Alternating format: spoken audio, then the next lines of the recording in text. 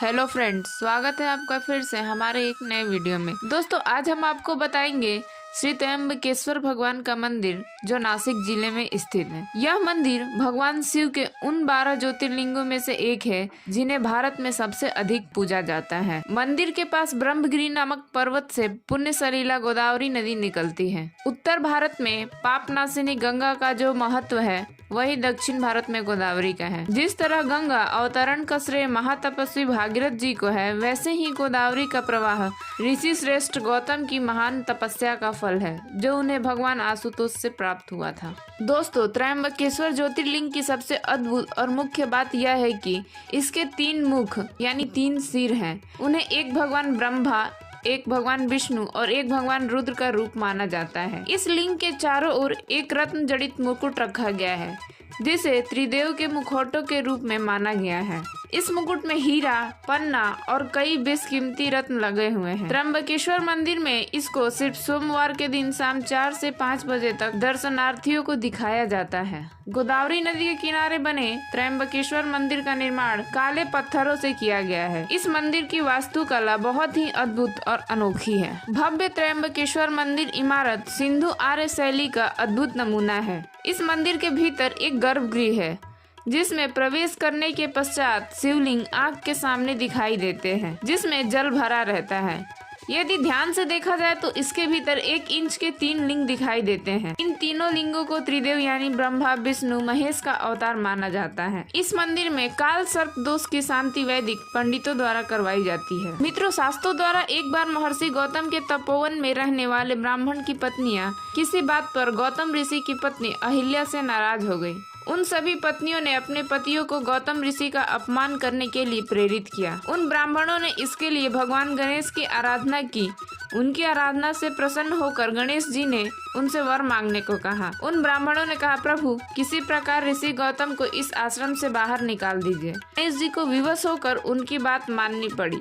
तब गणेश जी ने एक दुर्बल गाय का रूप धारण करके ऋषि गौतम के खेत में जाकर फसल खाने लगे। देववश गौतम वहां पहुंचे और तिनकों की मुट्ठी से उसे हटाने लगे। तीनों के स्पर्श से गौ पृथ्वी पर गिर पड़ी और ऋषि के सामने ही मर गई।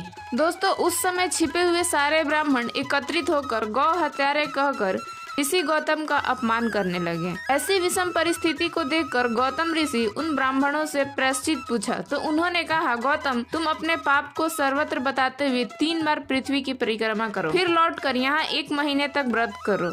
इसके बाद इस ब्रह्मगिरी पर 100 बार घूमो, तभी तुम्हारी शुद्धि होगी। यदि यह न कर पाओ तो यहाँ गंगा जी को लाकर उनके जल से स्नान करके 1 करोड़ पार्थिव शिवलिंग से भगवान शिव जी की आराधना करो। इसके बाद फिर से गंगा जी में स्नान करके पुनः 100 घरों से पार्थिव शिवलिंग को स्नान कराने से तुम्हारा उद्धार होगा। गौतम ऋषि ने इस प्रकार कठोर प्रायश्चित किया। इससे प्रसन्न होकर भगवान शिव ने उनसे वर मांगने को कहा। महर्षि गौतम ने कहा, भगवान, आप मुझे गौ हत्या के पाप से मुक्त कर दीजिए। भगवान शिव ने कहा, गौतम, तुम सर्वदा निष्पाप हो। गौ हत्या का अपराध तुम पर छल पूर्वक लगाया गया था। ऐसा करने के लिए तुम्हारे आश्रम के ब्राह्मणों को मैं दंड देना चाहता हूँ। इस पर महर्षि गौतम ने कहा, उन्हीं के उस कार्य से मुझे आपके दुर्लभ दर्शन प्राप्त हुए हैं। अब उन्हें मेरा परम समझकर उन पर आप क्रोध ना करें। बहुत सारे ऋषि मुनियों और देवगणों एवं गंगा ने वहाँ उपस्थित होकर ऋषि गौतम की बात का अनुमोदन करते हुए भगवान शिव से सदा वहीं पर रहने की प्रार्थना की। देवों ने प्रार्थना करने पर भगवान भोलेनाथ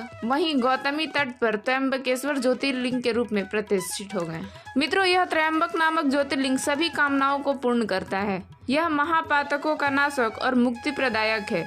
दोस्तों, इस भव्य मंदिर के निर्माण को लेकर कहा जाता है कि इसका निर्माण तीसरे पेशवा बालाजी बाजीराव ने लगभग 1740 से 1760 के आसपास एक पुराने मंदिर के स्थान पर कराया था। इस मंदिर को लेकर कहा जाता है कि इस मंदिर को बनाने में कई साल लग गए थे। कई लोगों का यह मानना है कि मंदिर के निर्माण में बड़ी रकम लगी थी। दोस्तों, वैसे तो यहाँ हर समय भक्तों की भीड़ रहती है, लेकिन त्र्यंबकेश्वर ज्योतिर्लिंग का सबसे अच्छा समय सावन का माना जाता है, क्योंकि सावन में भगवान शिव की पूजा करना और दर्शन करना शुभ माना जाता है। यहाँ आप सुबह 5 बजे से लेकर रात 8 बजे के बीच दर्शन करने के लिए जा सकते हैं। मुकुट दर्शन के लिए सोमवार को शाम 4 से 5 के बीच ही जा सकते हैं। दोस्तों, अगर आप धार्मिक स्थल के प्रेमी हैं तो एक बार यहाँ घूमने जरूर जाएं। अगर आपको हमारी यह वीडियो अच्छी लगी हो तो इसे लाइक करें, शेयर करें और कमेंट करें। इसी तरह के और वीडियोस देखने के लिए हमारे चैनल से जुड़े रहें। धन्यवाद।